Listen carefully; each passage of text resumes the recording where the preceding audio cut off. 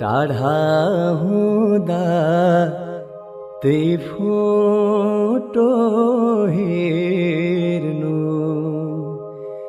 त्यही फोटो हेर्नु। म बसेको मन कहिले नफेर्नु हो। गाईलाई चराउँदै लाली जोवन जान्छ कि हजुरा,